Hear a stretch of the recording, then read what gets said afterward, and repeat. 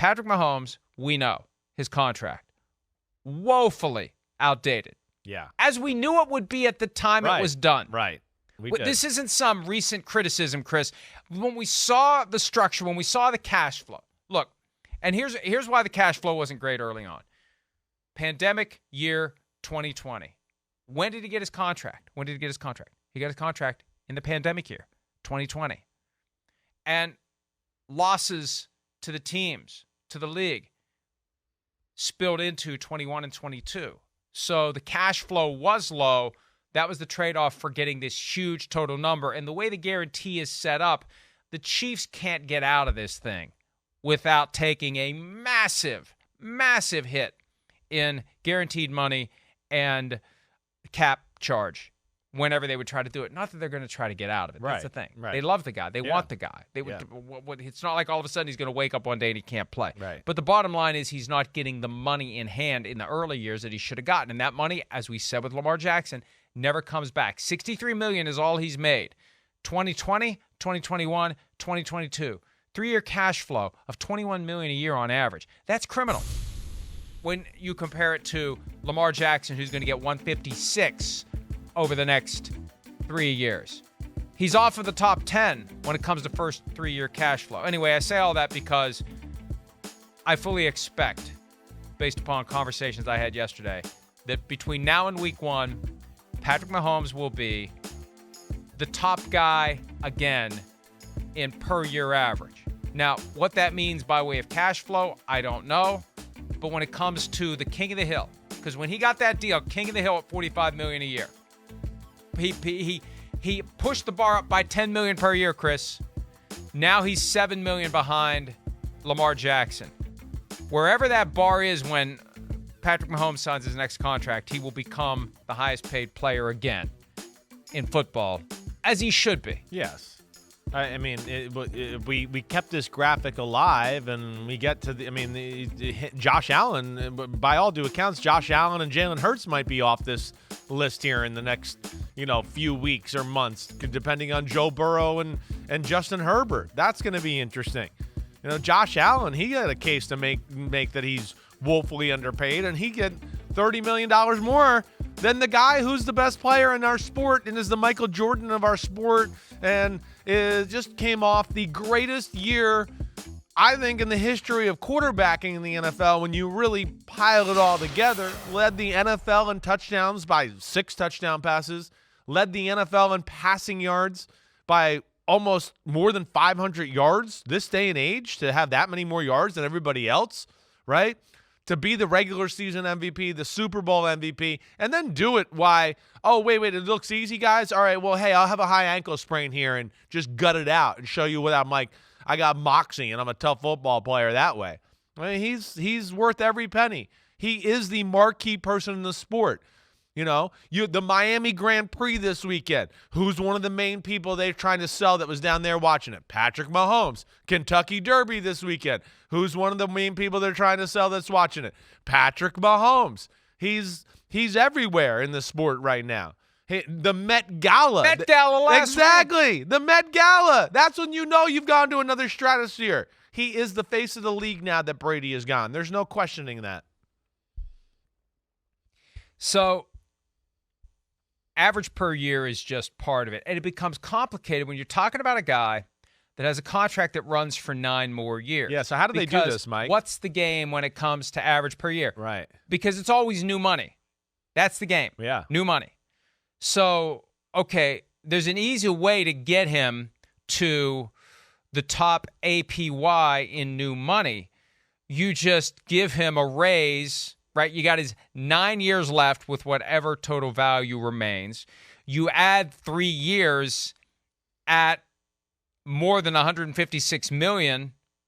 You subsume that into a 12-year contract, and all of a sudden, the argument is APY, new money, $53 million, $54 million, whatever it is. You take 159, I guess it would be, to get to 53 on a 3-year extension, another 12-year contract. So the APY is misleading, and I think it becomes more misleading when you're talking about a deal that has 9 years left on it. The key indicator here is going to be full guarantee at signing, cash flow, cash flow, cash flow. And what other devices will be there to protect this deal against continuing to become obsolete? Someone suggested to me yesterday something I hadn't thought of as it relates to my ongoing quest, my crusade, if you will, to get a quarterback paid by percentage of the cap. Right.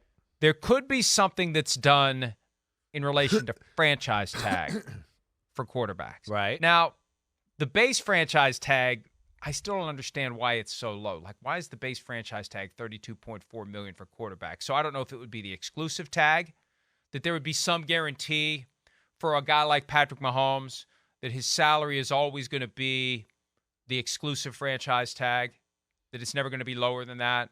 So as more and more quarterbacks are making more and more money and getting higher and higher cap numbers, that drives what Mahomes is going to make. That's another way to protect a great quarterback against his contract becoming obsolete. So don't be surprised if there's some device like that for Mahomes or Joe Burrow. I think Joe Burrow is a guy who's got the juice to demand, hey, I'll sign up forever. I'll do a lifetime deal. I just need a protection that I'm not making 10% of what some run-of-the-mill guy who just checks a box and deserves a second contract, but that's where the market's gone. I want protection against that. I don't want to fall off the graphic, the cash flow graphic. I don't want to fall off any of the graphics, and I will if we don't have that protection in there. So that could be in Mahomes. That could be in Burrow. Something to keep an eye on as a way to protect these deals. Because why do you want to keep coming back every 3 or 4 years? We got to fix this. We got to fix this. Yeah, Isn't it nice to just fix it once and have a contract that works for everybody and protects everybody long term? That's what they need to do. Yeah, agree. They got to find some there. There's got to be a sweet spot to find there that protects, like you're saying, people that we know are awesome right now, and they're just reaching the peak of their potential to where it ain't going anywhere anytime soon. Like, come on. I mean, are we really like Burrow, Herbert, Mahomes, Allen? Do we really think they're not going to be part of the top quarterback conversation 4 or 5 years from now? Maybe more than that? I tend to think it's going to be more than that. Certainly. So, all right, Mike, I mean, I'm not trying to get into your sources or anything like that. I don't even want to go there, but I am interested in But I'm going to go there. Well, no, but I'm just interested. I don't want to go there, but I'm going to go there. Well, I'm interested. Let me take you there. I want to think about, obviously every player wants more money and all that, but has it gotten to the point where it's like the player is starting to bang the drum a little bit behind the scene and like, hey, like this is a little crazy? Or is the team getting a little red face and like, this does look embarrassing that we're like paying this guy this type of money? Is this a mutual thing? That's where who's kind of starting the conversation here to get this going? I will say this. Yeah. Everyone knows it's time.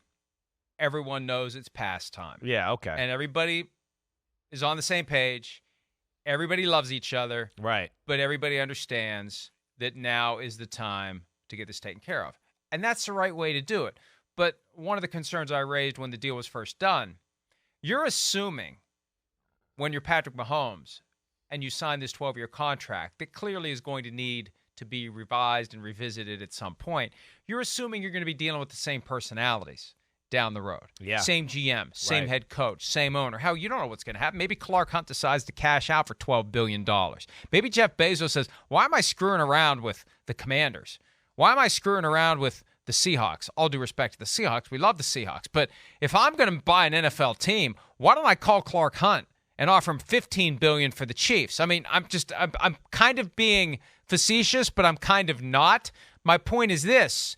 You have no guarantee that you're going to have any continuity with what you have now and what you would have when it's time to fix your contract. So the good news is 3 years later, it's still all the same people.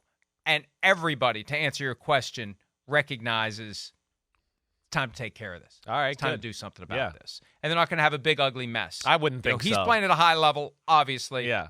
And they are a good organization, Right. obviously, Yep. and they're going to get it taken care of. Yeah, that's by right. week one. I would- By week one. Okay. Highest paid player again in football. All right, well, that's cool. That's the way it should be. I mean, it should be. It's as we talked about, and he's a star, and it's only starting here, and he just proved himself even more last year.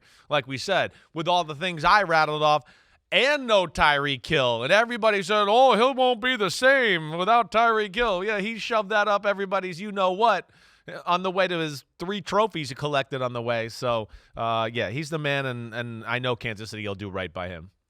Hi, it's Mike Florio. Thanks for watching PFT on YouTube. Hit subscribe for the latest news and analysis from Pro Football Talk.